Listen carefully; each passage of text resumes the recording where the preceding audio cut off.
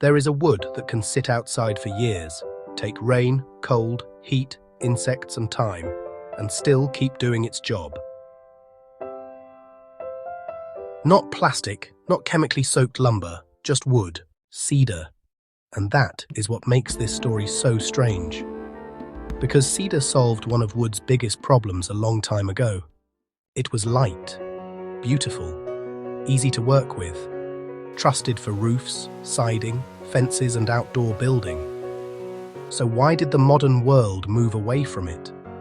Why did cedar go from practical and admired to expensive, to niche, to something many people now treat like a premium upgrade? Did cedar stop working? Or did the market decide that good enough was better than great? Because cedar did not disappear because it failed. It disappeared because the world around it changed. And once you see what changed, you start to realize this is not just a story about wood. It is a story about what modern construction actually rewards. And once you see what changed, you start to realize this is not just a story about wood. Cedar built its reputation the old-fashioned way, by surviving.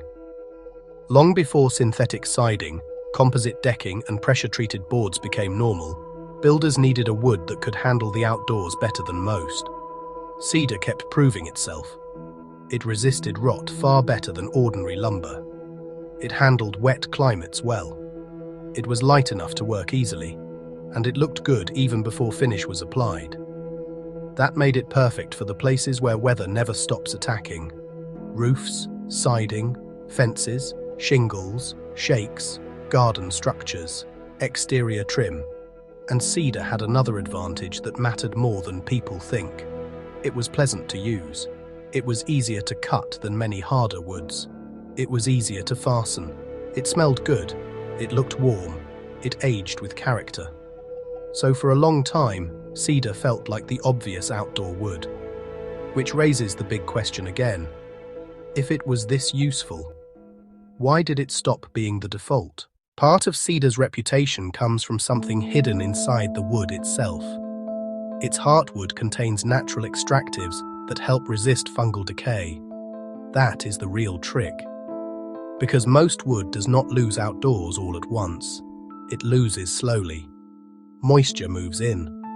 Fungi follow. Decay begins. Strength disappears. Cedar slows that process down.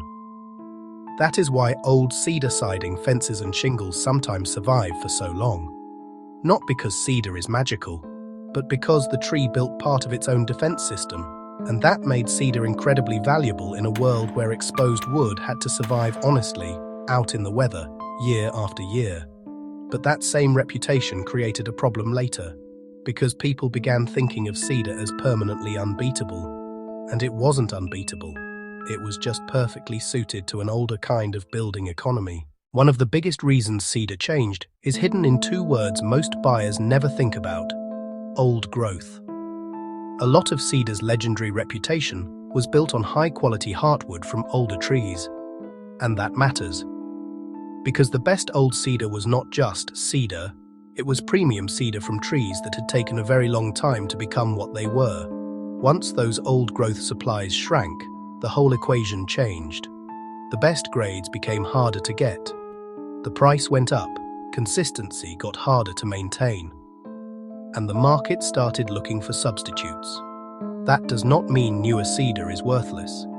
It means the cedar people remember from the past was often the best version of the material. And when the best version becomes rarer, the material starts losing its easy dominance. So cedar was already under pressure from the forest itself. Then it got hit from the lumberyard. For many everyday outdoor jobs, cedar did not just compete with other naturally durable woods. It had to compete with a shortcut: pressure-treated lumber. That was a massive shift, because now builders could take cheaper, more abundant wood and give it enough decay resistance to survive outside. Was it as elegant as cedar? No. Did it smell better? No. Did it age more beautifully? Usually not, but it was cheaper. And in construction, cheaper at scale changes everything. Once treated, lumber could do enough of the job for less money. Cedar stopped being the default answer. it became the upgrade. And that is a dangerous place for any traditional material. Because once something becomes the nicer option, it may still be admired, but it gets chosen far less often. There is another reason cedar lost ground. Modern construction rewards standardization, not romance. Builders want materials that are easy to source, easy to price, familiar to code officials, familiar to crews, and available in huge volume.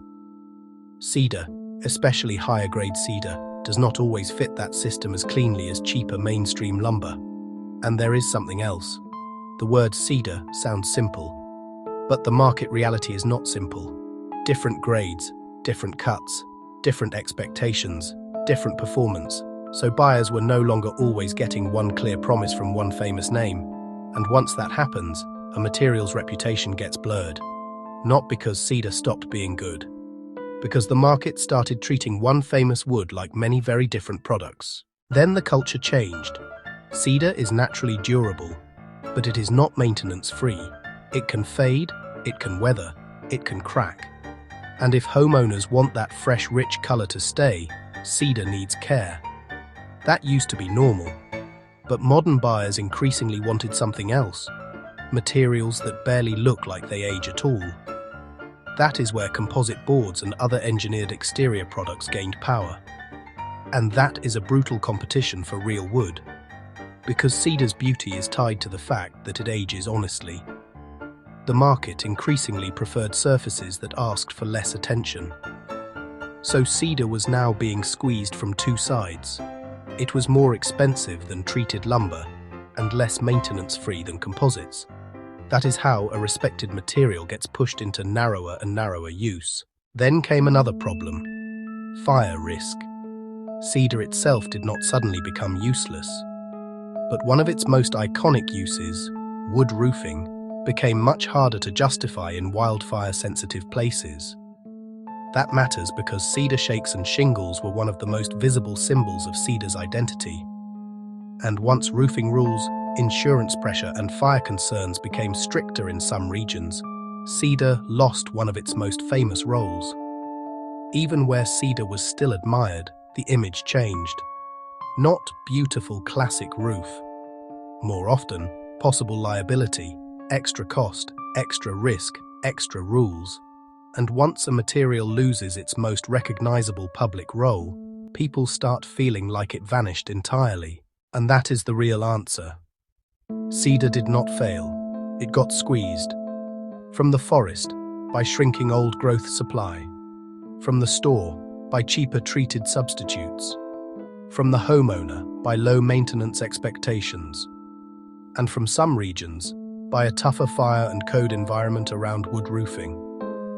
That combination changed cedar's status, not from useful to useless, from common to selective. And that is a huge difference. Because cedar is still valuable today. It still offers natural durability without pressure treatment. It still looks better than many substitutes. It still feels warmer, lighter, and more authentic than a lot of engineered alternatives. But now cedar survives in a different role. Not the automatic answer, the intentional answer. So why did we stop building with cedar? Not because cedar stopped resisting rot. Not because it stopped being beautiful. Not because its secret failed. We stopped because the world changed around it. The forests changed. The economics changed. The building system changed. The homeowner changed. The definition of value changed. And that may be the real lesson. The best material does not always win. Sometimes the winner is just the one that is cheaper, easier, more standardized, and easier to sell at scale. Cedar never stopped being extraordinary. Extraordinary just got demoted to optional. If there is another old building material people replace too quickly, put it in the comments.